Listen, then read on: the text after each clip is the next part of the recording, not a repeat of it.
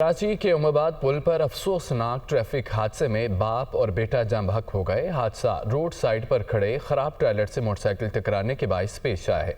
हादसे की तफसीलात जानते हैं जना अस्पताल में मौजूद अपने नुमाइंदे सालिक शाह से। सालिक, आगाह कीजिएगा।